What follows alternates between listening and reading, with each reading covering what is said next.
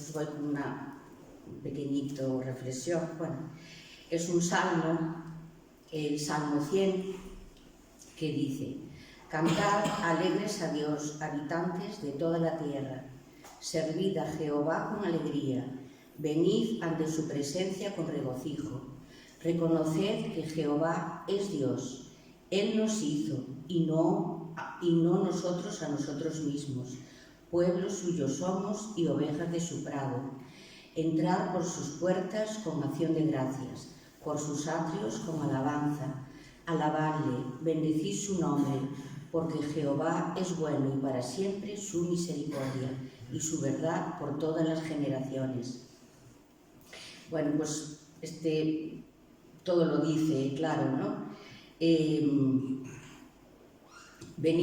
nos reunimos en concreto los domingos, ¿no? Pues aparte de, pues para juntarnos, hablar, compartir cosas de nosotros, pues venimos sobre todo, ¿no? A alabar a Dios, a buscarle, a escucharle en su palabra y bueno, debemos de hacerlo con una actitud alegre, porque podemos estar agradecidos con Él por todo, desde que pues, nos ha salvado, nos ha sanado de muchas dolencias interiores, de muchas luchas, de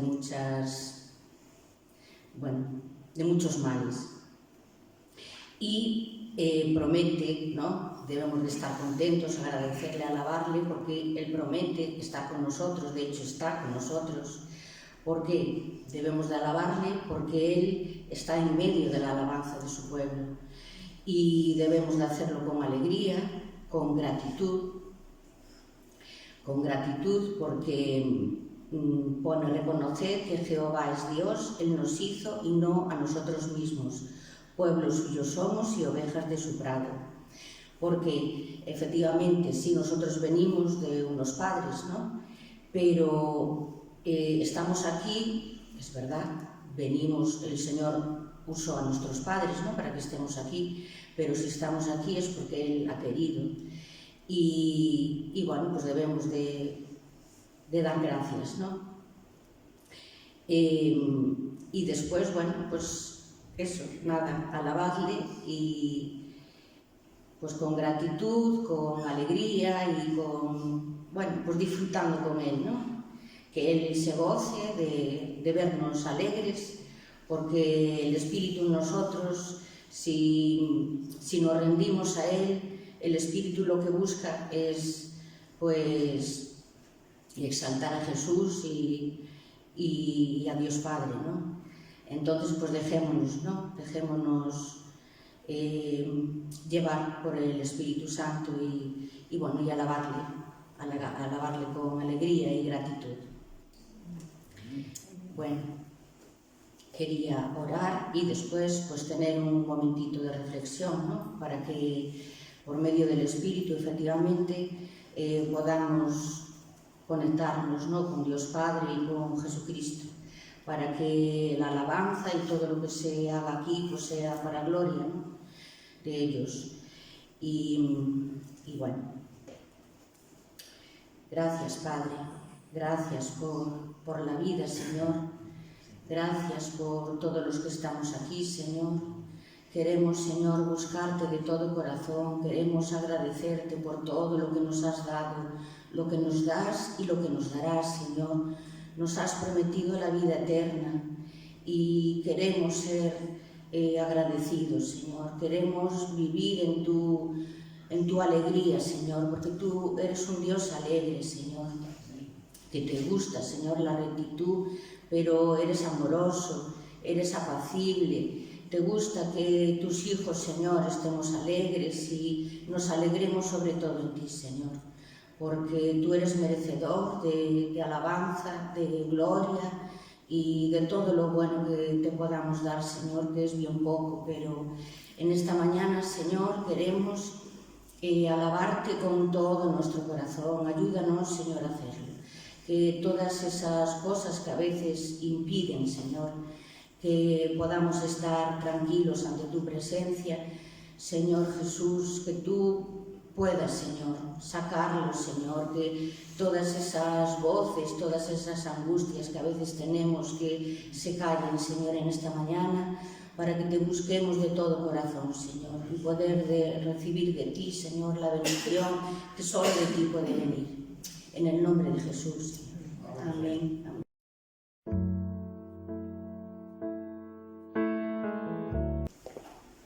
Bien, pues buenos días a todos en este domingo de agosto. Pero como somos libres, Galicia es otoño cuando quiere. Galicia es diferente, ¿no? Antes había un eslogan que decía Spain is different. Pero que era un problema, tenían que haber dicho Galicia is different, very different. Y bueno, en serio, gracias al Señor pues por la lluvia, porque también estábamos con sequía estos días, ¿verdad? Y todo lo hace bueno el Señor.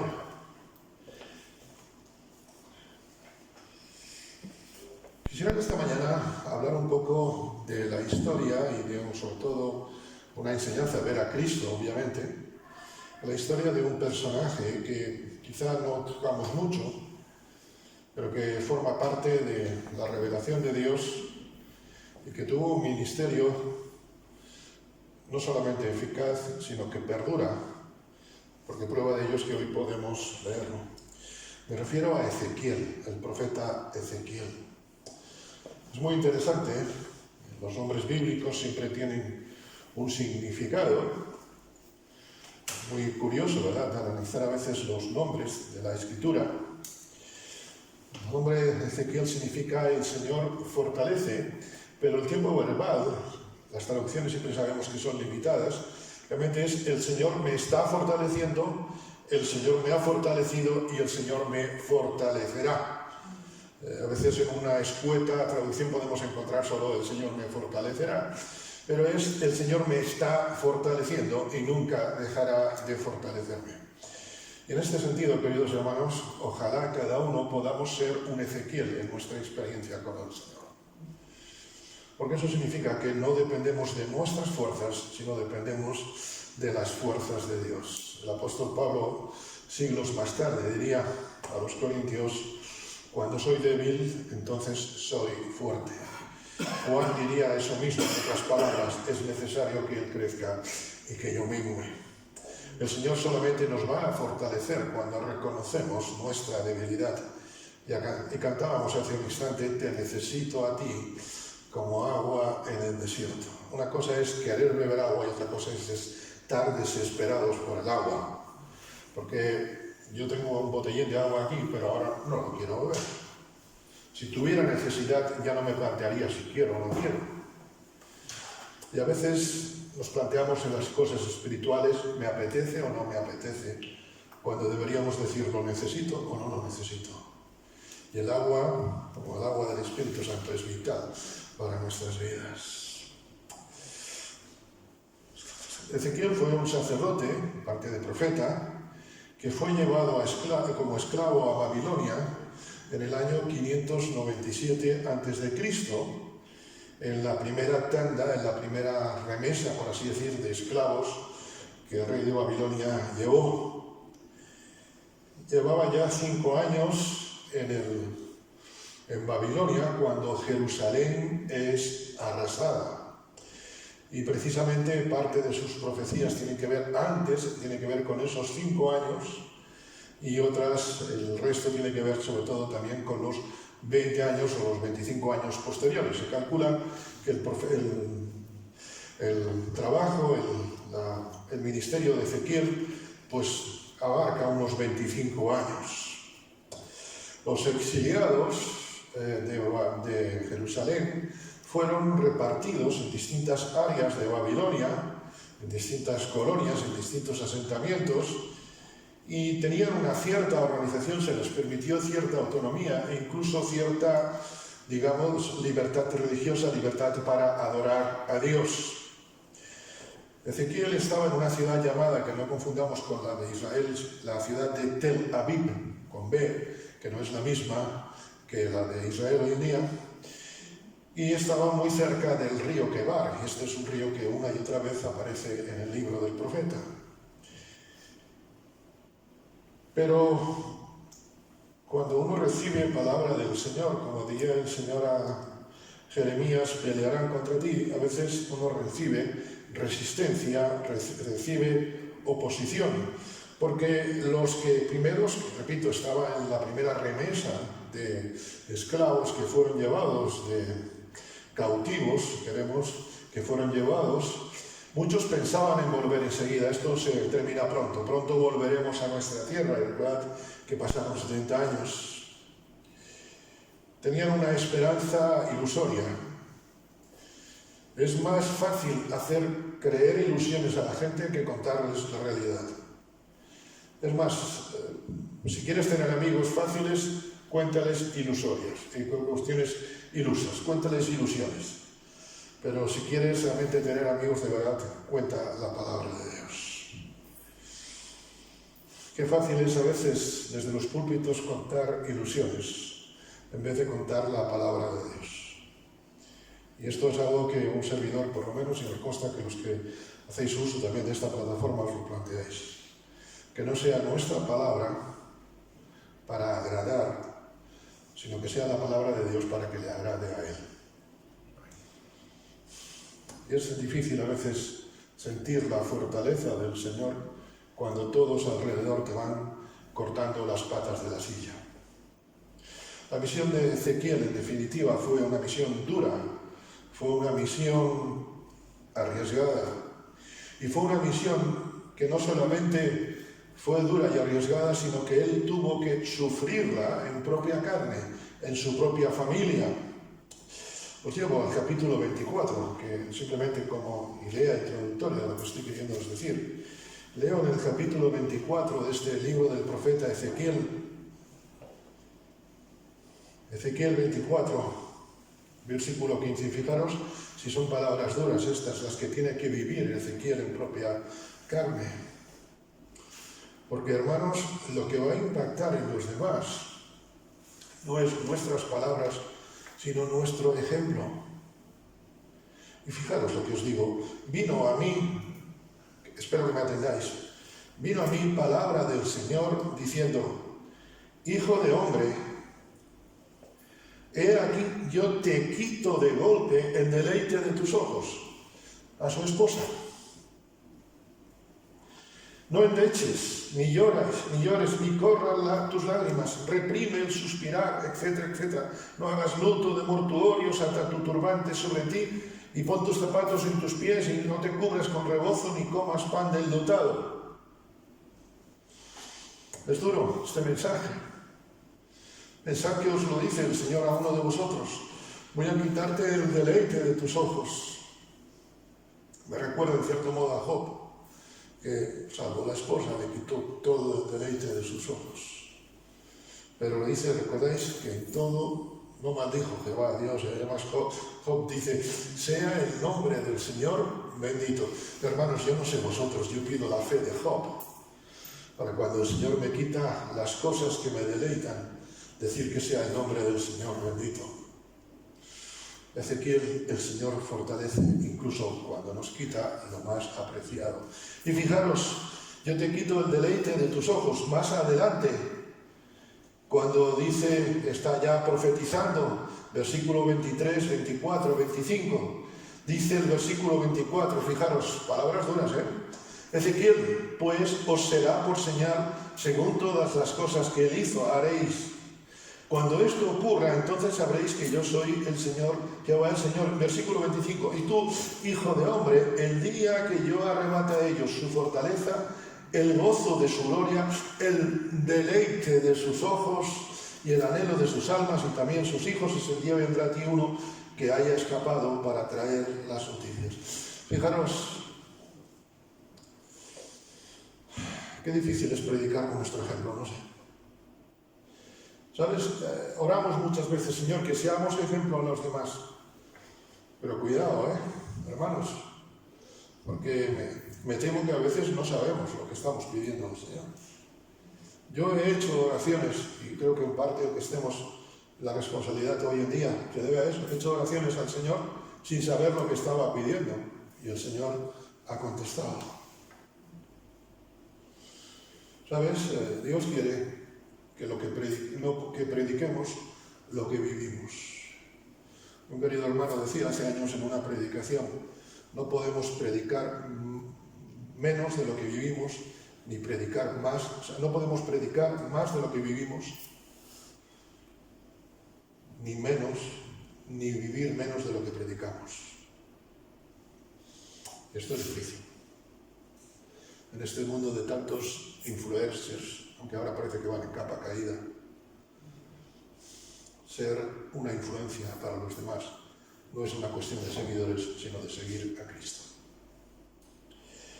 El punto central del libro, pues, como digo, es la destrucción de Jerusalén. En una primera parte, el objetivo es llamar la atención de los que se creían seguros, pero que vivían descuidadamente. En 5 años vamos a volver, esto es un paseo, esto son unas vacaciones largas. También era amonestar a los que pensaban que Egipto, el enemigo, les ayudaría a ser libres. Capítulo 17, versículos 15 al 17. Cuidado cuando a veces, bueno, vamos a hacer esto, nos juntamos con el que sea, total, hay que proclamar el nombre del Señor. Ay, cuántos fracasos de la Iglesia y de las iglesias locales hoy en día no vienen por haberse juntado con Egipto. A veces queremos, como Israel, tener un rey como los demás pueblos. Total, la Iglesia algunos conciben la Iglesia local incluso como un club, o como una asociación, o como un grupo de amigos. Sí, así nos luce después el pelo, ¿verdad?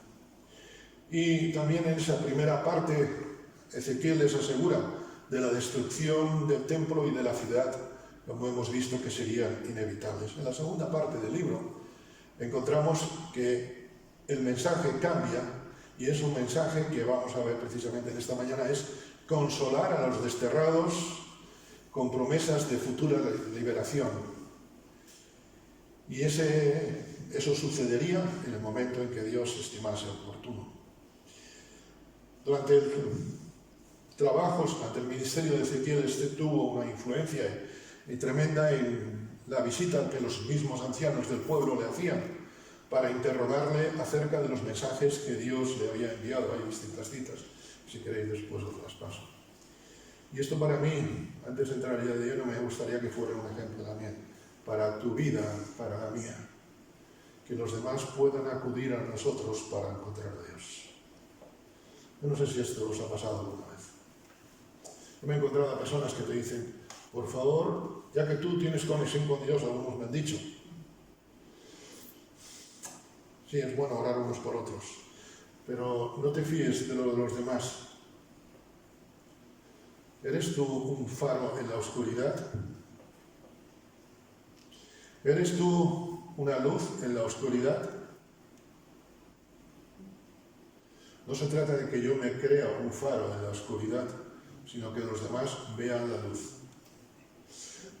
El faro, si me escucháis, el faro está ahí con su bombilla, y la bombilla puede decir: aquí estoy. Pero si los demás no ven el faro en la oscuridad, seguramente es que la bombilla está fundida, o que la bombilla no está en su sitio. Hace poco nos ocurrió un caso así en casa.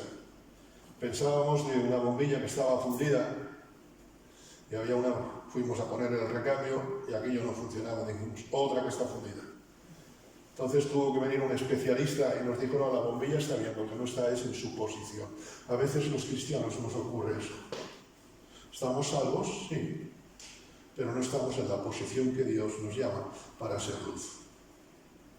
Y hermanos, esto le dábamos 50 veces al interruptor de la habitación y aquello no encendía. La luz estaba sana, la bombilla estaba sana, pero no estaba en posición.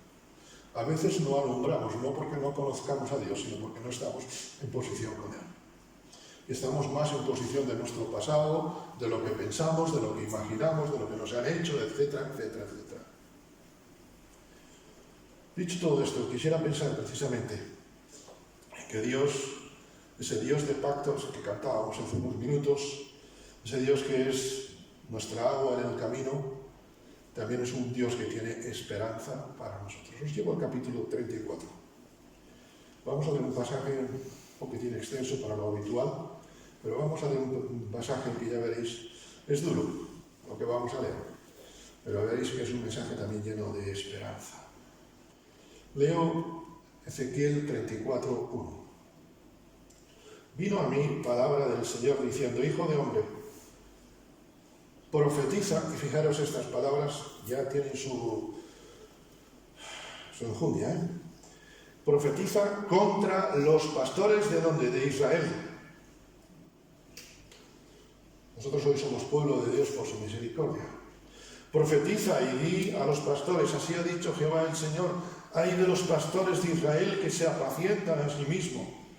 ¿No apacientan los pastores a los rebaños? ¿Coméis la grosura?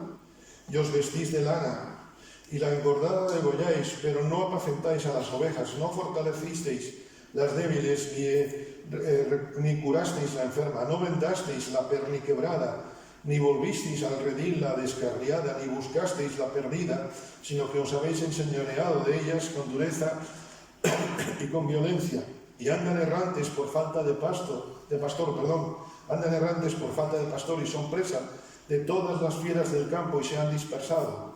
Anduvieron perdidas mis ovejas por todos los montes y en todo collado alto, y en toda la faz de la tierra fueron esparcidas mis ovejas y no hubo quien las buscase, ni quien preguntase por ella. Por tanto, pastores, oíd la palabra de Jehová. Vivo yo, ha dicho Jehová el Señor, que por cuanto mi rebaño fue para ser robado y mis ovejas fueron para ser presa de todas las fieras del campo, sin pastor, ni mis pastores buscaron mis ovejas, sino que los pastores se apacentaron a sí mismos y no apacentaron mis ovejas. Por tanto, oh pastores, oíd palabra de Jehová. Así ha dicho Jehová el Señor. He aquí yo estoy contra los pastores y demandaré mis ovejas de su mano y les haré dejar de apacentar las ovejas, ni los pastores se apacentarán más a sí mismos, pues yo libraré mis ovejas de sus bocas y no les será más por comida, porque así ha dicho Jehová el Señor. He aquí yo mismo iré a buscar mis ovejas y las reconoceré. Como reconoce su rebaño el pastor el día que está en medio de sus ovejas esparcidas, así reconoceré mis ovejas y las libraré de todos los lugares en que fueron esparcidas el día del nublado y de la oscuridad. Y yo las sacaré de los pueblos y las juntaré de las tierras, las traeré a su propia tierra y las apacentaré en los montes de Israel, por las riberas y en todos los lugares habitados del país. En buenos pastos las apacentaré y en los altos montes de Israel estará su aprisco. Allí dormirán en un buen redil y en pastos suculentos serán apacentadas sobre los montes de Israel. Yo apacentaré mis ovejas y yo les daré aprisco, dice Jehová el Señor. Yo buscaré la perdida y haré volver al redil la descarriada. Vendaré la perniquebrada y fortaleceré la débil, mas a la engordada y a la fuerte destruiré y las apacentaré con justicia. Y fijaros este versículo con el cual terminamos. Pero en cuanto a vosotras, ovejas mías, así ha dicho Jehová el Señor. He aquí que yo juzgo entre oveja y oveja, entre carneros y machos cabríos. ¿Y ahora qué digo? Porque creo que la palabra del Señor es fuerte, ¿verdad? El término pastores se aplicaba a los dirigentes del pueblo. Como he dicho en más de una ocasión, la palabra rey y la palabra pastor en el Antiguo Testamento son palabras sinónimas. Muchas veces los reyes descuidaban, los pastores descuidaban a su rebaño, que, como dice el versículo 2, por el egoísmo, se apacientan a sí mismos.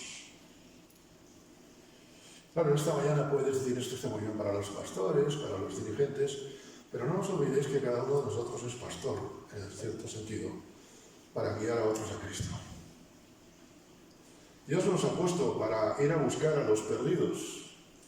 Y eso es una misión que todos tenemos, pues que todos los creyentes, hombres y mujeres redimidos por la sangre de Cristo, somos reyes y sacerdotes. En consecuencia, somos pastores y nos pastoreamos. Pobre del pastor de la iglesia que no se deje pastorear.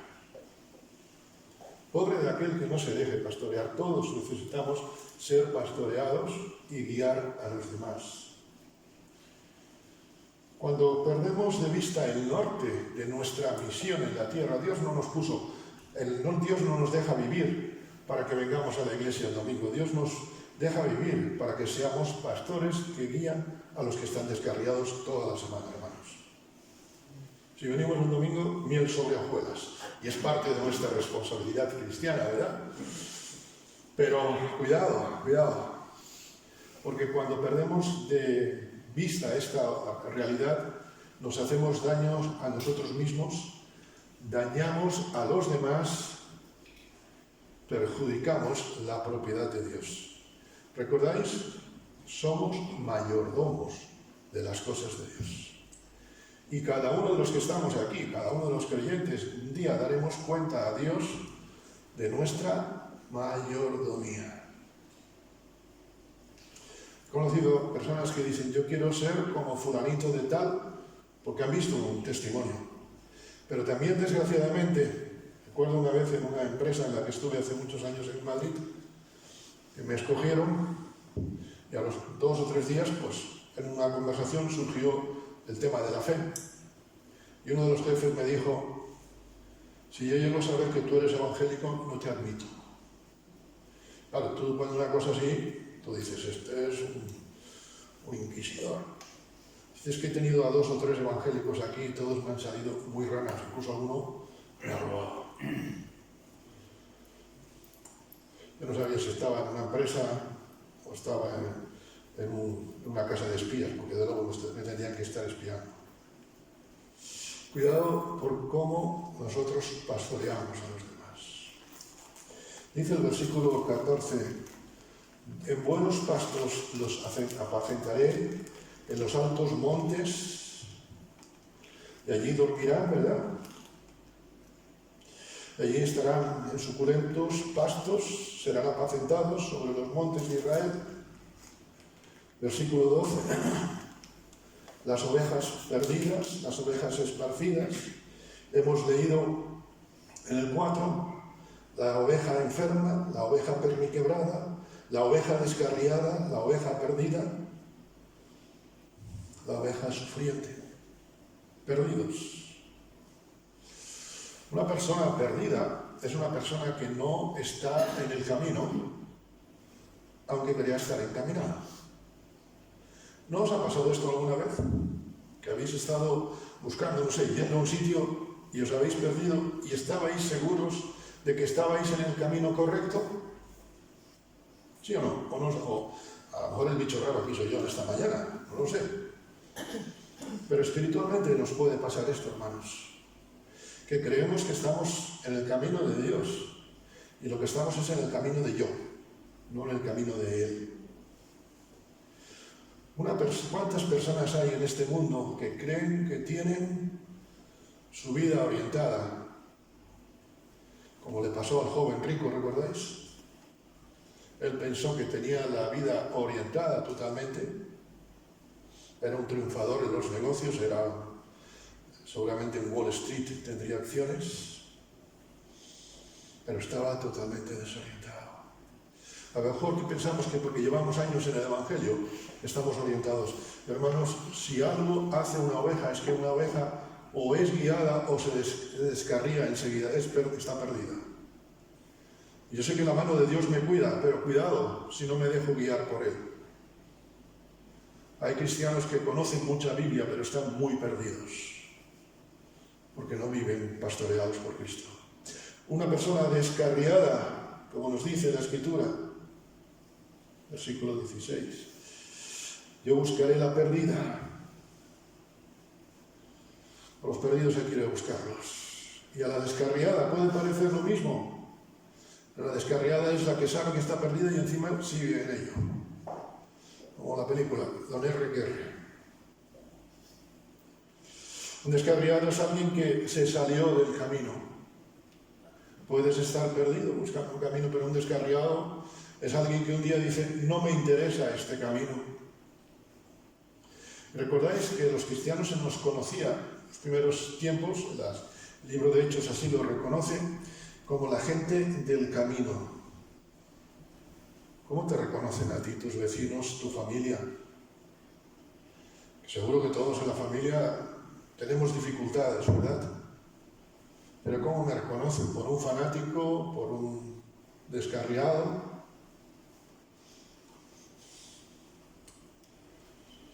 Es tremendo esto. Yo buscaré la perdida, haré volver al redil la descarriada, vendaré la perniquebrada. Es decir, la que las patas se le han estropeado, se le han quebrado sus patas. ¿Cuántos accidentes hay en nuestra vida, verdad? Seguro que hay heridas en esta mañana en tu corazón, en mi corazón. Y todos en algún momento somos como la oveja perniquebrada. Hemos sufrido ataques quizá de la familia, de la iglesia. De la iglesia, ¿sabes por qué? No por el Señor, sino porque la iglesia está llena de pecadores. Donde más enfermedades se pueden pillar aquí en Pontevedra es en el hospital, porque es donde están todos los enfermos, ¿verdad? Si quieres ver pecadores, ven a la iglesia. Hay sitio para ti. Cuando a veces alguien dice, yo no voy a la iglesia porque ahí hay muchos pecadores, es genial, este es tu sitio. Y todos hemos sufrido a veces un accidente en el ministerio y tenemos alguna cicatriz. Encontré el otro día a una persona, un conocido, y tenía que haberle visto hace tiempo, no se dejó ver, y le dije, mira, que hace tiempo estoy buscándote. Me hace así, me enseña una cicatriz, un buen tajo.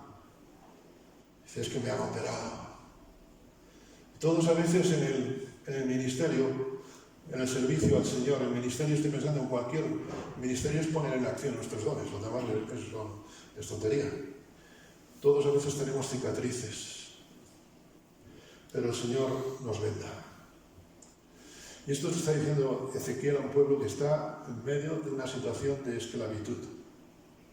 A un pueblo que tiene las heridas abiertas. Y fíjate, no, es que eso nada más que le pasa a unos cuantos. Y fortaleceré a la débil.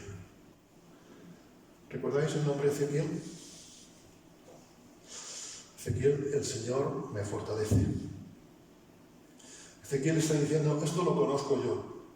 Me ha quitado a mi esposa, pero quien me fortalece es el Señor. Me ha quitado el deleite de mis ojos, pero quien me fortalece es el Señor. El débil es aquel que tiene sus fuerzas agotadas. ¿No os ha pasado esto alguna vez? Ya no lo digo en el sentido físico, sino en el sentido anímico, en el sentido espiritual. ¿Quién de vosotros no tuvo más de una vez necesidad iba a decir, pero no.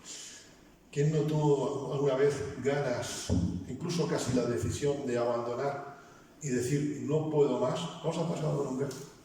Si no os pasó, este mensaje no es para vosotros. Pero a mí me llama la atención. Permitidme. Me emociona saber que el Señor me fortalece en mis debilidades. Disculpad que me emocione. Es importante en qué grupo estamos nosotros en esta mañana. Quizá perdidos, quizá descarriados, tal vez perniquebrados o débiles. El Señor es mi fortaleza, aunque me haya quitado el deleite de mis ojos. No sé qué situación estarás pasando en tu familia, en tu matrimonio, en tu trabajo, en tus fuerzas, pero el Señor es nuestra fuerza. Como diría el profeta Esdras en el libro de Nehemías, el gozo de Jehová es vuestra fortaleza. Una fortaleza que nos da gozo. ¿Y por qué tiene que ver esto con los pastores? Porque, queridos hermanos, es imprescindible cuidarnos unos a otros para que la Iglesia tenga un crecimiento equilibrado. Primera de Pedro 4:10. Cada uno según el don que ha recibido, ministrelo a los otros como buenos administradores de la multiforme gracia de Dios. ¿Qué quiere decir esto? Dios ha dado dones a todos para que la Iglesia crezca uniformemente. Si tú y yo no ponemos nuestros dones en acción, no estamos cuidándonos, no estamos pastoreándonos. El secreto de un ministerio eficaz es saber las cualidades, las virtudes de mi hermano para poder apoyarle. Conocer también sus debilidades para también poder ayudarle en sus debilidades. Porque a veces decimos, Señor, ayuda a los hermanos, pero ¿sabes la respuesta a esa oración? Tú y yo somos parte de la respuesta. A veces oro, Señor, bendice a los demás. Y el Señor podría, como a Jesús, enviarle, si hubiera querido, 1.000.000 de ángeles. Pero dice, espérate, que al que voy a enviar es a ti. Y a veces cuando yo estoy orando, Señor, bendice al otro, debería reconocer, Señor, quiero que lo bendigas, pero a mí no me pongas con él porque me cae fatal. Solamente somos eficaces y eficientes si dejamos que Cristo nos oriente en todas las decisiones, en todos los retos que tenemos en nuestra vida. Por nosotros somos incapaces de estar donde dice el versículo 14, fijaros, en los buenos pastos las apacentaré. Las apacentaré, los buenos pastos, las apacentaré. Yo les daré los buenos pastos. Y fijaros, y en los montes altos de Israel estará su aprisco. No siempre podemos estar en lo alto del monte. A veces estamos en el valle, a veces estamos a media montaña. No podemos estar siempre en las alturas. Por eso necesitamos el apoyo de los hermanos. Por eso necesitamos orar no por la iglesia, sino unos por otros. ¿Entendéis? Que eso es diferente. Eso es intercesión. No es lo mismo, Señor, bendice la iglesia, Jesús vive, permitidme personalizarlo, que orar por Pepe, Juan, Manolito, como se llame cada uno. ¿Entendéis? Porque cuando estoy orando por mis hermanos, estoy deseando que el Señor les bendiga. Estoy dándole gracias a Dios por mi hermano, ese que tiene cientos de defectos, ese que parece un erizo, que pincha muchas veces, ¿verdad?, por su forma de ser. Pero cuando me miro yo, veo que también soy un erizo. Cada uno de nosotros tiene sus púas. Yo las apacentaré en los lugares altos, en los montes altos de Israel estará su aprisco. Aprisco, el sitio seguro, pero cuidado, porque a veces esto nos puede parecer un cuento de Disney, si me entendéis, porque en el aprisco de Dios hay justicia. Pero dice en ese aprisco, versículo 16, a la engordada y a la fuerte destruiré, las apacentaré con justicia. Cuidado, porque en el aprisco de Dios no todo es música de violines. A veces pensamos que Dios es tan bueno, que Dios es tonto. Dios es bueno, pero Dios no es el bonachón, que a veces nos quiere como Papá Noel, ¿me entendéis? Que el niño haga lo que haga, le va a caer la bicicleta igual en diciembre. No. Dios es un Dios de justicia. Si buscamos solamente nuestro propio bien, somos como los pastores de Israel que se apacientan a sí mismos. Estamos llamados a servir a los demás, no a servirnos de los demás. Porque si me sirvo de los demás, me estoy apacentando a mí mismo. Pero cuando yo sirvo a los demás, estoy sirviendo a Cristo. Y vuestro trabajo en el Señor nunca es en vano. Una de las cosas que a mí me conmueve más dentro de la iglesia local es el ministerio silencioso de hermanos y hermanas, que nunca pasarán al frente para nada. Pero que cuando falta su trabajo, queridos hermanos, se nota. ¿Sabes? Nos necesitamos unos a otros. Y necesitamos el ministerio público o oral, si queréis llamarle, como el ministerio silencioso. Cuidado, porque si dejo de servir al Señor, Dios me va a pasar justicia.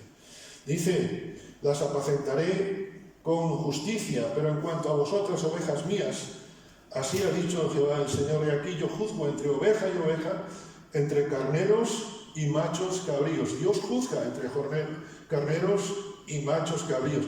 Y no me sustraigo a leer las palabras de Jesús allá en Mateo 25:33, cuando está hablando de los tiempos finales, del juicio final, y dice que el Señor pondrá las ovejas a su derecha y los cabritos a su izquierda. Será tremendo. Teniendo 14 años, tuve la oportunidad de servir unos días al Señor en un ministerio infantil, y en una de las tardes que teníamos libres con un hermano misionero que ya está en la presencia del Señor, tuve la oportunidad de ir a una zona de campo muy extensa y ver juntarnos con un pastor de ovejas. Tenía no sé cuántos cientos de ovejas, y es curioso porque tenía ovejas y cabras. Y cuando el pastor mandó al perro a que las trajera de vueltas, fue muy curioso, porque vino todo el rebaño, ovejas y cabras todos juntos. Si este hermano y un servidor nos hubiéramos tenido que poner allí a seleccionar en qué sitio, en qué cuadra, en qué establo entraba cada una, hubiéramos dejado pues, que se llene el primero y después el segundo. Pero es muy curioso. Recuerdo a este hermano citando este versículo en ese momento. El pastor se puso en la puerta y según iban entrando, a veces la oveja se quería meter donde la cabra y a veces la cabra se quería meter donde la oveja. Pero el pastor hacía justicia. Y esto es una figura de eso. Cuidado, cuidado, cuidado, hermanos. Porque a lo mejor nos creemos cabras y somos ovejas. Y eso de los cabritos a la mano izquierda es para condenación, como bien sabemos. ¿Sabéis? Ser oveja del redil tiene bendiciones de Dios. Porque es Dios quien hace justicia. Dice, fijaros, yo buscaré a la perdida y en buenos pastos los apacentaré. Me llama la atención que es entre las bendiciones que Dios nos da, no es un pasto cualquiera, sino buenos pastos. Jesús vino y dijo, yo he venido para que tengan vida y la tengan en mezquindad. No, en abundancia. Porque hermanos, cuando Dios da bueno. Dios no tiene el término mediocre en su baremo. En el laboratorio de calidad celestial el término medio no existe. Existe el término excelente. ¿Sabes por qué? Porque le hemos costado a la persona de su Hijo Jesucristo. Yo los apacentaré. Es muy interesante. Yo les daré paz. Apacentar tiene que ver con paz. En este mundo tan convulso que tenemos todos tantas luchas, ¿sí o no? Peleas interiores. Yo llevo unos cuantos años, desde los 6 años, con una lucha conmigo tremenda, desde que acepté al Señor. Pero el Señor me da paz, aún en mis luchas. Fijaros, no solamente hay calidad, sino que hay seguridad. No dice, yo les iré dando buenos pastos, sino que yo los apacentaré. Y esto tiene que ver con siempre. ¿Y los apacentaré dónde? Del pasto, digamos así, normal y corriente, dice el versículo, en el aprisco, en los altos montes. Y cuando la Biblia nos habla de montes altos, nos habla siempre de cercanía con Dios. Dios no quiere que comamos bocadillos espirituales, Dios quiere que saboreemos banquetes celestiales, hermanos. Y dice el versículo que yo en buenos pastos los apacentaré, versículo 14, en los montes altos de Israel estará su aprisco. Allí dormirán. Dormir es algo que necesitamos todos. Esto me recuerda a tantos momentos, ¿verdad? Yo me acosté y dormí y me desperté porque el Señor me sustentaba. Es difícil a veces dormir cuando estás desorientado. Es a veces difícil dormir cuando estás perniquebrado. Es a veces difícil dormir cuando estás sin fuerzas, pero el Señor es el que nos alienta. Y dice, y en pastos suculentos serán apacentados sobre los montes de Israel. Esto me llama la atención porque es un matiz, un adjetivo calificativo muy interesante. No dice solamente en pastos serán apacentados, sino en pastos suculentos. Los pastos suculentos tienen que ver con algo suculento, es algo agradable, ¿verdad? Algo variado, algo que es sabroso. Salmo 19, la palabra del Señor es más dulce que la miel. Ezequiel 34, 14. Queridos hermanos, cuando leo el versículo 14, vuelvo a leerlo, en pastos buenos los apacentaré y en los altos montes de Israel estará su aprisco, allí dormirán en buen redil y en pastos suculentos serán apacentados sobre los montes de Israel. Yo no sé vosotros, yo veo el Salmo 23. El Señor es mi pastor, nada me faltará. Aderezas mesa para mí en presencia de mis angustiadores, pastos suculentos. Hermanos, dos cositas. El Señor está a llegar. Segunda cosita. ¿Cómo somos nosotros de responsables? ¿Cómo estoy ejerciendo mi responsabilidad delante del Señor con mis hermanos? ¿Cómo estoy siendo un Ezequiel para los que me miran alrededor? ¿Los demás pueden acudir a mí cuando están en momentos de crisis?